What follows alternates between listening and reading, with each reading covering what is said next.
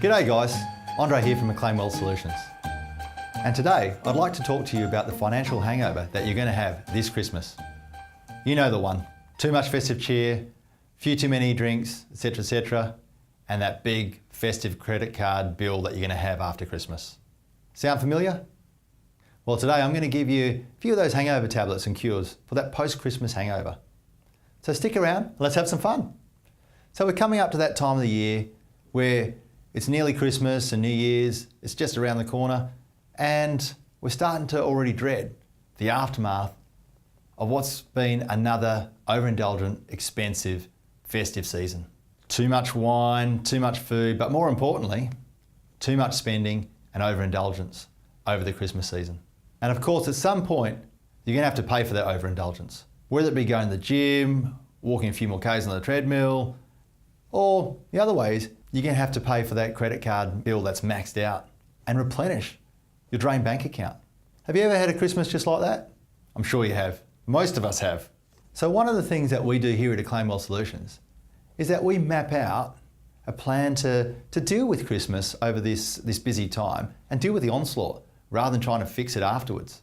Now, I'm not saying that you have to be the Christmas Grinch or be a Scrooge or anything like that and make your festive season any less memorable, but with just a few simple tweaks and changing a few little things here and there, you can make it more manageable, less stressful, and enjoy Christmas the way that you're supposed to. So there's three big concepts that we talk about with our clients in the lead up to Christmas. So I'm going to go through some of these Christmas analogies and have some fun with it with you. So my first tip is plan ahead. So what do I mean by that? Just like when you're ordering your Christmas banquet of prawns, seafood, the big leg of ham and all that stuff, you need to plan ahead, right? Because you can't just turn up and expect it to magically appear on the table. Same with drinks and food.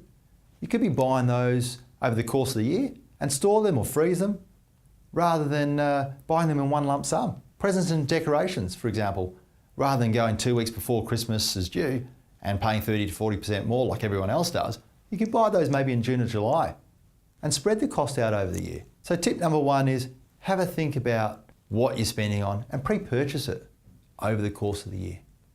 Tip number two, be wise. Just like being wise and not having too much of that festive cheer and overindulging in the food and the festivities. It's the same with random, unnecessary and often wasteful gifts at this time of the year. Now, Christmas is actually about giving, but have you ever asked your family whether they need those gifts and that stuff? So why not take the time over Christmas to talk to your family and find out what's fair and reasonable and how much money you want to spend so that you can still have that Christmas giving spirit.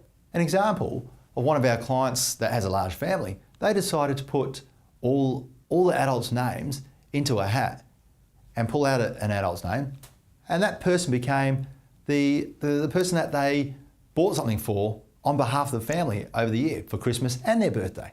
Now their rule was that they had to put in a decent sum of money, so it was $150 for them, and that worked out to be decent, but it helped eliminate all the other unnecessary spending and the stress that goes with buying presents and overspending. So my second tip is have a chat with your family. You might actually be surprised with how many people actually agree with this suggestion. So tip number three is pre-fund your Christmas. What I mean by that is set a little bit aside along the way, so you don't have to try and find it all at the end. And often what we do with our clients here at Acclaim is that we regularly put money into an offset account. So there's a twofold benefit to this.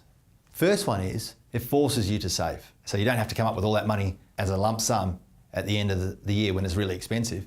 And secondly, it helps you reduce the amount of interest that you're paying on your mortgage. Now it doesn't sound like much, but if you were to do that every year over the term of the loan, it ends up to be significant savings that you'll benefit from and you're not giving the money to the bank.